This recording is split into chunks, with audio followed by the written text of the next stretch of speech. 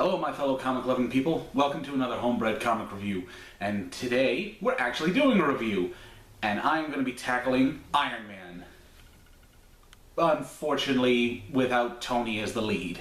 Tony Stark, a man who was once one of the world's best weapons dealers, turned to the way of the hero after being captured and forced to make weapons for, depending on what time his origin is told, terrorists, even suffering from shrapnel in his chest before his capture. But after being saved and given a second chance to make things right, he becomes Iron Man. Tony Stark's popularity within mainstream media can be mostly traced back to the Iron Man film that kicked off the Marvel Cinematic Universe, becoming one of the more recognizable faces for Marvel as a whole for those unfamiliar with the comics themselves. The man has been through a lot, fighting his own inner demons as an alcoholic, a civil war against one of his best friends, a living virus that brought a whole new chapter to both his powers and his life, and even being turned evil at one point. In fact, that concept alone was actually enough to get me to go into a comic shop and buy a comic for the first time. Superior Iron Man #1. It's such a shame that this story was never properly resolved and has not been addressed since. But we're not here to talk about that today. No, today we are here to talk about a moment that divided fans very greatly. And that is because of the person who took over for Tony Stark, Riri Williams. After the Marvel event of Secret Wars 2015, where everything was kind of reorganized, a new push for diversity was being touted at Marvel, being part of the all-new, all-different line. One such character that was advertised was Riri Williams, who was going to be taking over the mantle of Iron Man, which was kind of leaving it up in the air what Tony's ultimate fate would be. She was actually introduced in Invincible Iron Man #7 here, in what was a tie-in issue to Civil War II, or, as it states on here, The Road to Civil War II. Now, you'd figure with a character like this being her first introduction into the franchise, and being that she's being so heavily advertised as she's going to be taking over for Tony, you'd think that maybe we'd get some decent character development, some kind of decent introduction. And, you know, it would make sense for that kind of thing, since, again, she's going to be taking over for him. But it's been a while, so I don't know. Let's take a look and see what her introduction was. Massachusetts Institute of Technology, Simmons Halls. What are you doing in there? What is she doing in there? She shouldn't even be here. She's like 11 years old. Answer the door. We know you're in there, Riri. What do you want? It's 3 o'clock in the morning. Whatever, Disney Channel. Whatever you're doing in there, do it quieter. You've got to be kidding me. Kid's a real piece of work. Well, did you enjoy that? That one-page introduction to a character who is so heavily being advertised as the one to take over for Iron Man? We barely get any information out of this? 1 page? 5 panels? Yeah, that's enough time to get attached to her. Fantastic writing. And it's not hard to believe that she's building the armor. Granted, because, well, in the Agents of S.H.I.E.L.D. comic, Tony's schematics were released online, and apparently you can just download that with a quick Google search, so screw it. It can happen. But still. But really? This is legitimately all we get, by the way. 1 page and a few panels that tells us little to nothing. Why exactly would we be invested in her? Why would we get attached to her? What reason would we have to even remember her when you couldn't bother to make an introduction that made this feel important? Look, long story short, she was brought in to be Tony's replacement. That's pretty much the beginning and end of it. And even if you like her, a lot of people are of the understanding that her introduction was handled very poorly, being that she had no interaction with Tony before this, barely has any interaction with him after this, and her first introduction into the world of superheroism is in Civil War II, where she starts fighting other heroes. the same heroes she would more than likely have to team up with or be on a team with at some point down the line. She's making a real good first impression. But I am of the mindset that a story deserves its one chance to impress. Can this book maybe change my mind about Riri? Maybe I'm remembering things wrong. But let's take a look, shall we?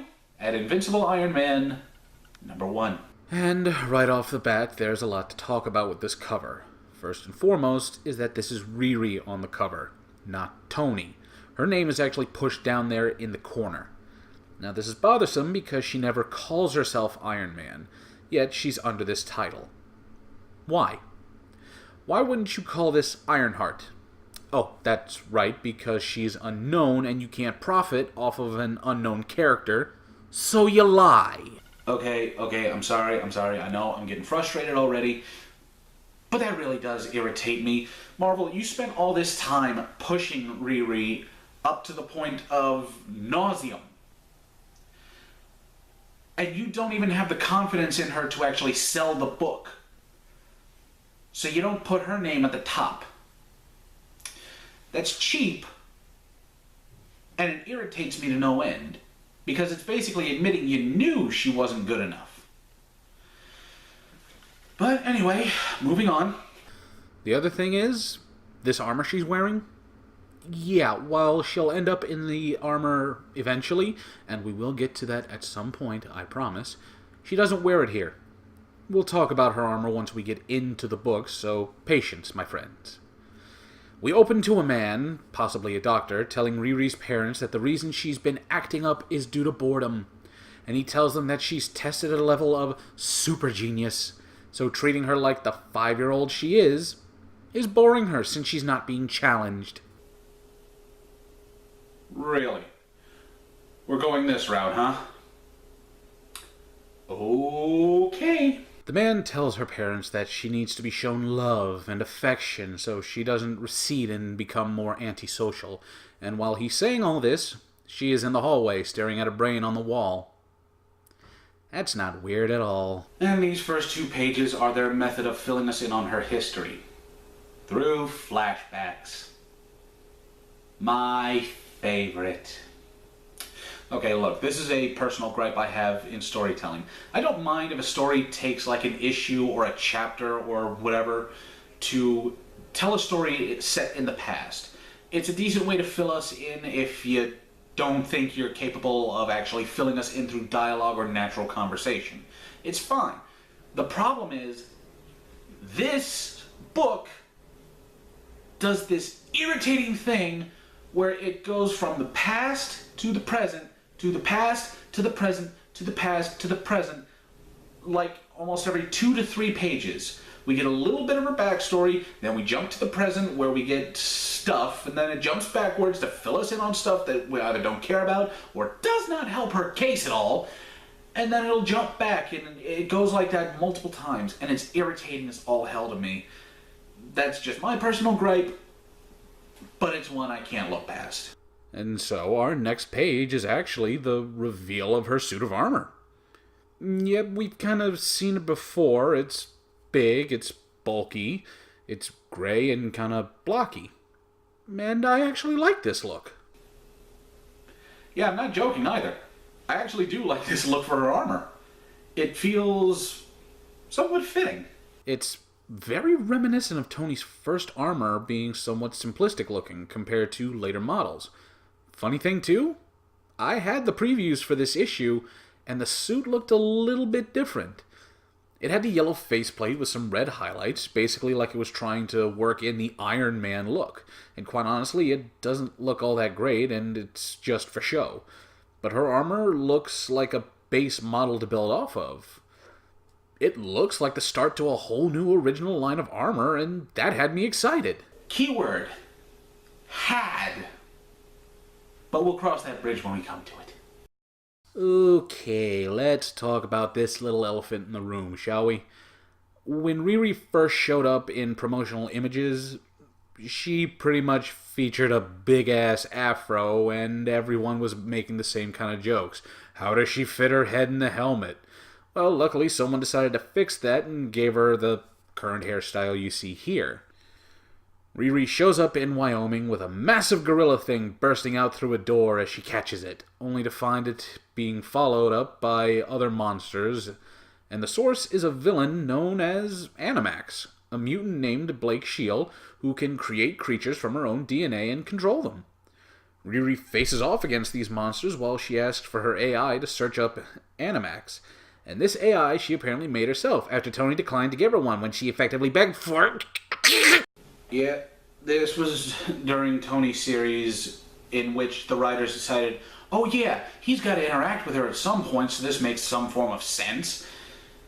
And the basis of the interaction came down to, he shows up, he looks at her armor, says, you could probably use an AI. And then with a puppy dog pout, she goes, can I have one? With a face that just still pisses me off when I think of it. Okay, I'm sorry. Yeah, I lost my temper there for a second. Where were we? Oh, right, we were at the fight with Animax, and that happens for about a page, and then flashback. And once more we dive into the flashbacks, where we see Riri at a young age, working in her garage as her mother reprimands her for focusing on her projects, that she admits later on she doesn't even know what it's for, and that she hasn't eaten at all.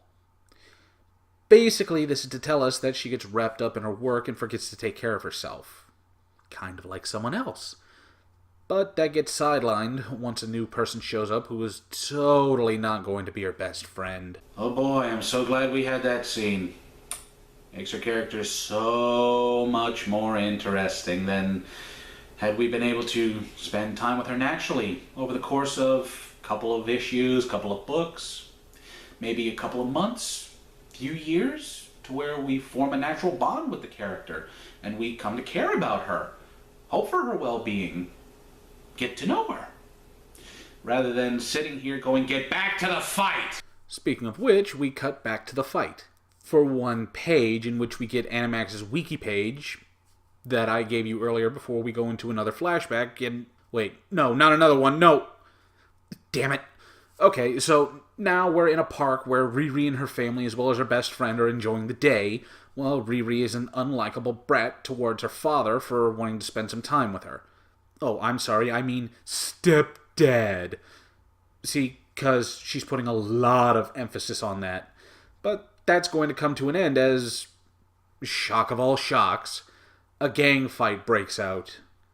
Riri's stepdad lunges towards her and her friend to get them out of the way, but sadly, he was hit, as well as her best friend, both passing away.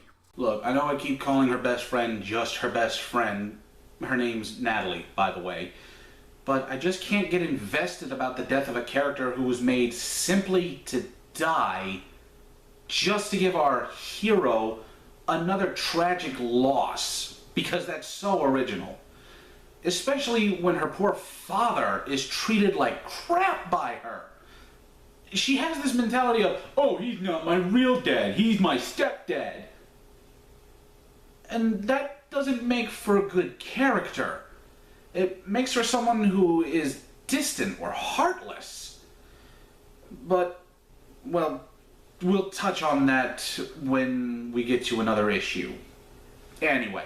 We once again join the fight as Riri's AI looks up a video of the X-Men beating Animax, showing that the one to focus on is Animax herself. Take her out, the creatures go bye-bye. And that's actually an angle of Riri's character that I enjoy.